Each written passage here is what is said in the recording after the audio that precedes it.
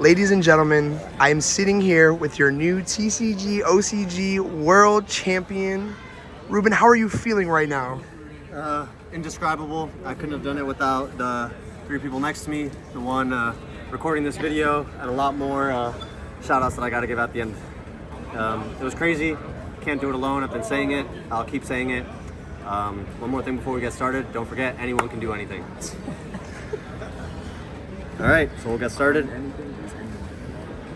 Best field center in the game. So 3 full combo, 3 more full combo, another one, another one, another one. So that's 9, and then we have 9 more. So this is how you win the game. Consistent Yi. Shout out Yampi. So those are all starters, and they're also extenders.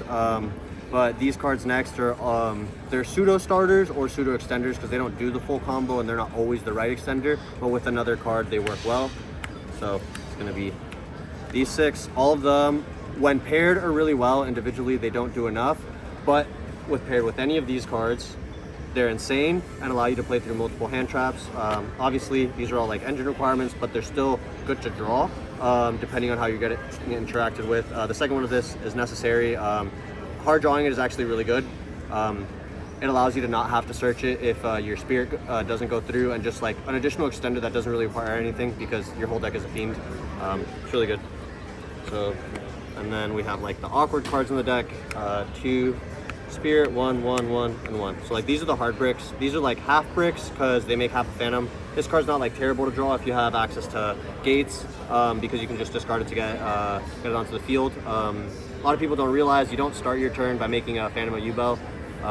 You let them hand trap you once or twice, and then you make it a stop the third one so they can never win the game.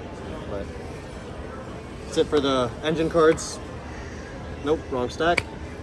So the next stack, this big one right here, is how you win. You play 20 defensive cards. So Lucky Talents. So 1 talent. 1 talent. Then we played Druid Storm and Magnemite because level 6 bodies are nice. 2 Mourner, 3 Ash, 3 Imperm, 3 Veiler, 3 Nibiru. So a lot of these hand traps are like kind of standard. Pre-Fiendsmith, pre-Necroquip, this was in a lot of people's decks. Since no Necroquip was in the format, we thought this card would be a lot better versus Snake Eye, which it was. The burn damage helped once, which was relevant. But yeah, this is it for the normal things. And then, in my opinion, the best card in my deck, the best card in all of our decks, 3 Phantasme. Is, in my opinion, the best hand trap. It applies a lot of pressure without actually doing anything, and it allows you to fix your hand. It being 24 is huge because it can crash with 3 Material Appaloosa. It swings over SP. It prevents targeting, so either in the mirror match, stops Solar Raging, stop Veiler, Imperms. Really, really good. Your opponent's normal out to when you put a monster on the field is Engraver, and the stop's Engraver, and it keeps the body off the field, so that's also really nice. It's really awkward to like interact with this card, and starting your turn with the body on the field or 2 or 3 is really good, and being able to Magnema search this when your opponent has Solar Rage or IP makes it like really, really strong because you're putting an additional body that's going to draw you into more engine during your turn. Thought this card was crazy. It's another reason why I only played 1 talents. We're playing like a lot of draw cards, but yeah, so 19 hand traps, 1 talents, 50 cards in the main, perfect number, no more, no less. Now, extra deck, Yusei, then band, negate, negate, band, negate, protects from Princess, summon, protect and reborn, turns into this. And all of these cards I don't really need to explain, to be honest with you. This is like the only one, maybe this one. We played Nightmare Phoenix for a couple reasons. One, I wanted just a generic Link 2 that I can make with a token, or that I could just make with 2 monsters if I started my turn with a Phantasme and a Bestial, or a Nib and a Bestial, or a Nib and a Phantasme. Wanted to be able to make a Link 2 that had value. I didn't want to waste my SP right off rip. And then this made it so I didn't have to make the Link monster with a card from the extra deck to be able to get SP's additional effect. Also, it being a Fiend is relevant because you're able to use it to make Yama, which I think is really important when you're trying to make non-Fiend bodies into Fiends, because unfortunately when you're getting hand trapped, that does tend to happen where you have a lack of Fiends. I didn't summon it too much. I think I summoned it only twice. I summoned it once in the finals, I think once during Swiss, but only summoning it those 2 times, I feel like it was enough. The thought of this card being in my extra deck made me feel very comfortable. So that's it for the extra deck, 15. And then side deck, another Yusei token, call by, cross out, 2 more talents. So these are just the going first cards. No need to play a purple card. Purple cards you can't use your turn 1, so I'd rather play the FTK ones. These cards are crazy. yeah, when you go first, you just side these in. So more hand traps because we don't want to lose going second. Hand traps, man. Hand traps, man. So initially, it was just these 5.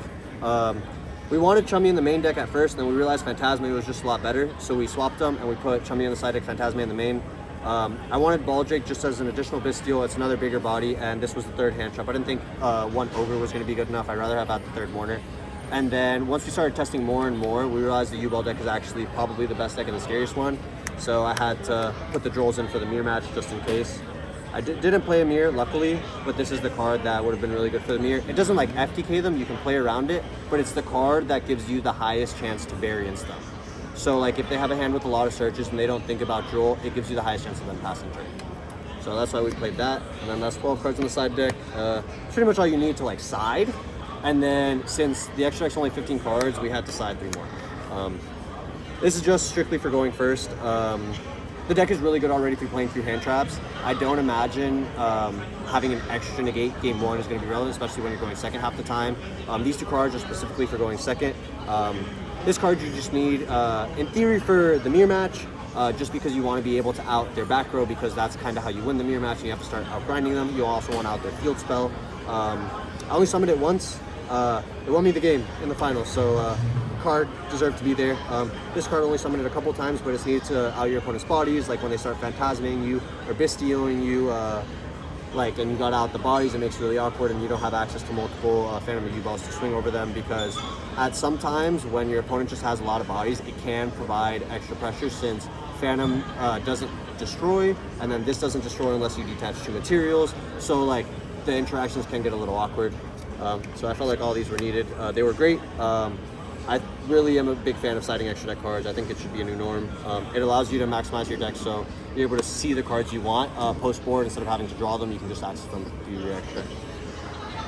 Before we finish off, I have a huge list of shout-outs. So starting from the top, Hani, Chris behind the camera, Landon, Jose, of course, Kamal back at home.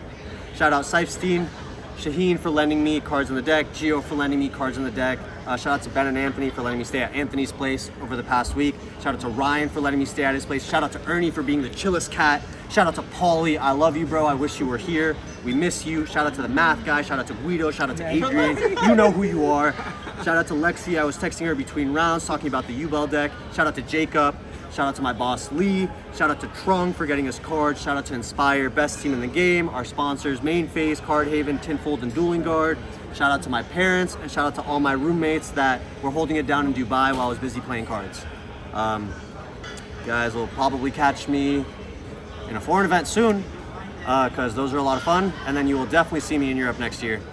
Once again, thank you to all my friends, all my family, everyone around here. Couldn't have done it without them. This is definitely not an individual win, as much as people want to say it is. Ruben out.